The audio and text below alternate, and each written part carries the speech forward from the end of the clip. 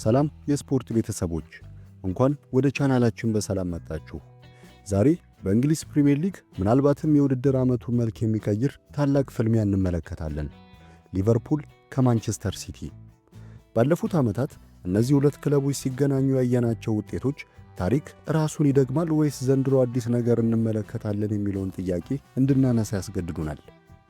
የኤርሊንግ ሃላንድ ግብ ማስቆጠር ማቆም፣ የሮድሪ አቋም መውረድና የሊቨርፑል አዲሱ የፍሎሪያን ቨርትስና የሁጎ ኢኪቲኬ ጥምረት ምን ይመስላል? ሲቲ እንደገና 3-0 ያሸንፋል ወይስ ሊቨርፑል በሜዳው በቀላውን ይወጣል? እነዚህንና የውጤት ግምቶችን በዝርዝር የምናይበት ልዩ ፕሮግራም ነው። ላይክ በማድረግ አብራችሁን ቆዩ። በቅድሚያ ወደዚህ ጨዋታ ስንገባ ሁለቱ ቡድኖች ከዚህ በፊት ያደረጓቸውን 5 ግንኙነቶች መለስ ብለን ማየት አለብን። ነገሩ እጅግ በጣም ተለዋዋጭና አስገራሚ ነው።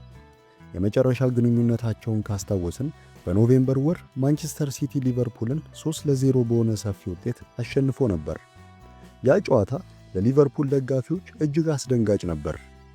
ነገር ግን ወደ ኋላ መለስ ስንል በተለይም በ2024-2025 የውድድር ዘመን ሊቨርፑል ሁለቱንም የሊግ ጨዋታዎች 2-0 በሆነ ተመሳሳይ ውጤት ማሸነፍ ችሎ ነበር። ከዛ በፊት ባለው ዓመት ደግሞ ሁለቱም ጨዋታዎች አንድ አቻ በሆነ ውጤት ነበር የተጠናቀቁት። እዚህ ጋር ታዲያ አንድ ትልቅ ፓተርን ወይም አካሄድ ይታየናል። ታሪክ ራሱን የሚደግም ከሆነና የውድድር ዘመኑን አካሄድ ካየን ማንቸስተር ሲቲ በድጋሚ 3-0 ያሸንፋል ብሎ መገመት ይቻላል። ምክንያቱም አሁን ያለው የውጤት ቅደም ተከተል ወደዚያ እያመላከተ ነው።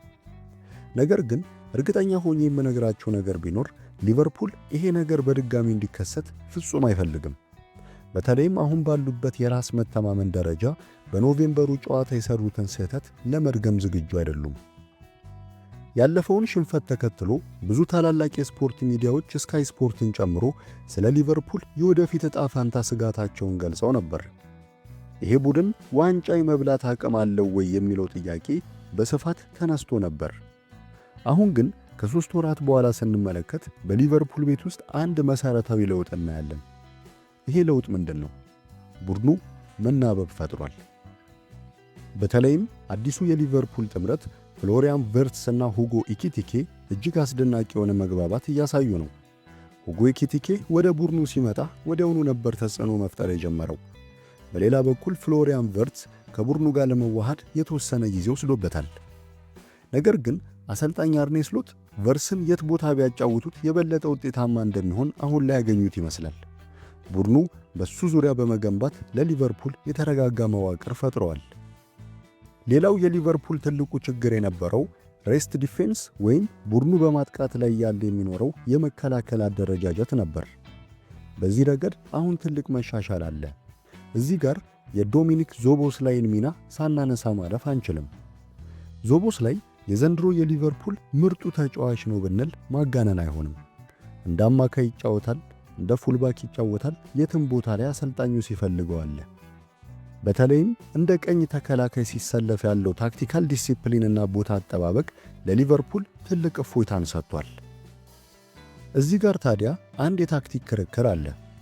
ሊቨርፑል ከዚህ በፊት ሊጉን ያሸነፈው በአሌክሳንደር አርኖልድና ሮበርትሰን የማጥቃት ኃይል ነበር።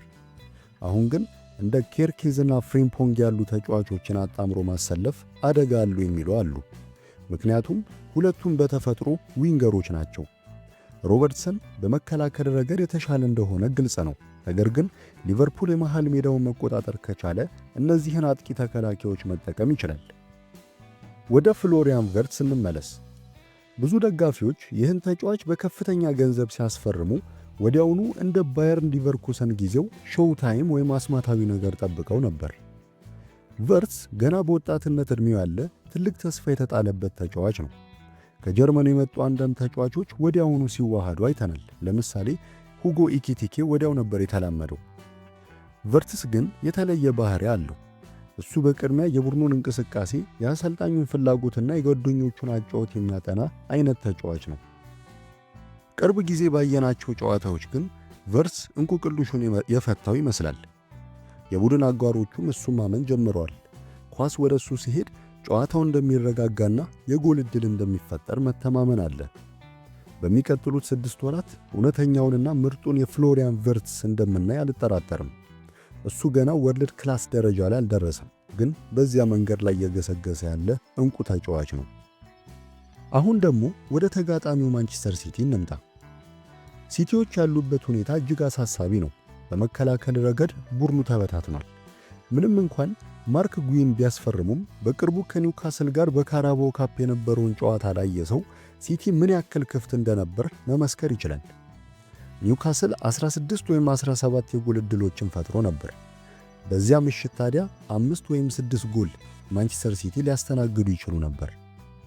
በጣም የሚያስገርመው ደግሞ የኤርሊንግ ሃላንድ ጉዳይ ነው።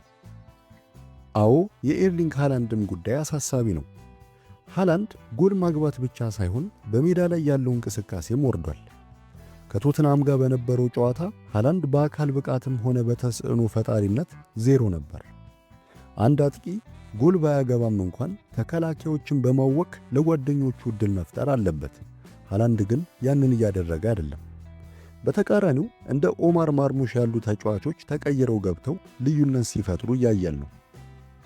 ይህ የሃላንድ ጉዳይ ለፔፕ ጋርዲዮላ ትልቅ የቤት ሥራ ነው። የዓለማችን ምርጡን አጥቂ ቤንች ላይ አስቀምጠው በሌላ መንገድ ይጫወቱ ይሆን የሚለው ጥያቄ አሁን ጠረጴዛው ላይ አለ። ሲቲ ከአርሰናል ጋር ላለው የዋንጫ ፉክክር ነጥብ መጣል አይፈልግም። ስለዚህ ጋርዲዮላ ወሳኝ ውሳኔ ሊወስኑ ይችላሉ። ሌላው ትልቁ ርዕስ ሮድሪ ነው። የባሎን ዶሮ አሸናፊ ሮድሪ ዘንድሮ የቀድሞ ብቃቱ ላይ አይደለም። ግን እዚህ ጋር መጠንቀቅ አለብን። ሮድሪ 3 ጊዜ ጉዳት አጋጥሞታል። በቂ የቅድመ ውድድር ዝግጅት አላደረገም። ሰውነቱ እረፍት ይፈልጋል። ልክ እንደ ካሲሜሮ ጨዋታው ሲፈጥንና ክፍተት ሲበዛበት ሮድሪ በጣም የተጋለጠ ነው። ኳስ ይዞ አሁንም ምርጥ ነው። ነገር ግን ኳስ ሲነጠቅ ያለው የመከላከል ሽፋን ወርዷል። ሙሉ እረፍት እስካላገኘ ድረስ ምርጡን ሮድሪ ማየት ከባድ ይሆናል። አሁን ወደ ጨዋታው ውጤት ግምት እናምራ። እርግጥ ይህ ጨዋታ ለመገመት እጅግ በጣም ከባድ ነው። ይህ ጨዋታ ከፍተኛ ጎል የሚቆጠርበት ግን አቻ የመሆን ዕድሉ ሰፊ ነው። ለምን? ማንቸስተር ሲቲ አርሰናልን ለመያዝ ማሸነፍ ግዴታው ነው። ስለዚህ ያጠቃል። ነገር ግን መከላከሉ ተዳክሟል። ከሜዳ ውጪ በሚያደርጋቸው ጨዋታዎች ጎል ይገባበታል። ሊቨርፑል በኢኪቲኬና ቨርትስ ጥምረት ጎል የማግባት አቅሙ ጨምሯል።